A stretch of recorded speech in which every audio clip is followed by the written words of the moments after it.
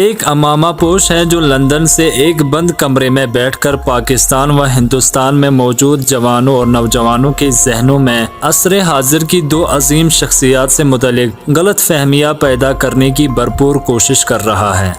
حال ہی میں اس نے ایک ایسا مضحکہ خیز کلپ بنا کر انٹرنیٹ پر ڈال دیا ہے جس میں اس نے ان دونوں عظیم شخصیات رہبر معظم سید علی خامنہئی حفظہ اللہ اور استاد محترم سید جواد نقوی حفظہ اللہ سے متعلق جوانوں اور نوجوانوں کے ذہنوں کو تشویش میں مبتلا کرنے کی کوشش کی ہے۔ اس کے بیانیہ کا کھینچا ہوا نقشہ کچھ یوں بنتا ہے کہ فلسطینی مظلوموں کی حمایت میں حماس کے رہنماؤں سے اتحاد قائم کر کے رہبر معظم نے نعوذ باللہ ایک بڑی غلطی کی تھی۔ اب وہی غلطی پاکستان میں سید جواد نقوی، مولانا زاہد الراشدی جیسوں سے اتحاد کر کے دہرا رہے ہیں۔ اور جس طرح فلسطینی مظلوموں کی دفاع میں حزب اللہ کے جوانوں نے اپنی جانیں دے کر جو غلطی کی تھی، اب کشمیری جوانوں کو مبارزے کی ترغیب دے کر سید جواد نقوی اس غلطی کو دہرا رہے ہیں۔ اسی طرح رہبر معظم نے انگلیسی شیعہ کا جو لفظ استعمال کیا ہے وہ تو یہ غالی و نصیری ذاکروں کا ٹولہ ہوا،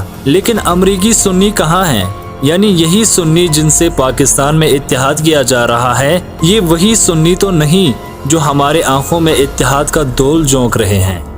سب سے پہلی بات تو یہ ہے کہ اس ملائے لندنی نے اپنی کسی بھی کلپ میں سید علی خامنہئی حفظہ اللہ کے لیے رہبر معظم یا ولی فقیہ کا لفظ استعمال نہیں کیا، حتیٰ کہ آقائی کا لفظ بھی استعمال نہیں کیا، بلکہ ہمیشہ آغا کا لفظ استعمال کیا ہے، جو کہ ایک عامیانہ احترام کا لفظ ہے، بلکہ ایک عظیم شخصیت کے لیے ایسے عامیانہ لفظ کا استعمال زیب بھی نہیں دیتا۔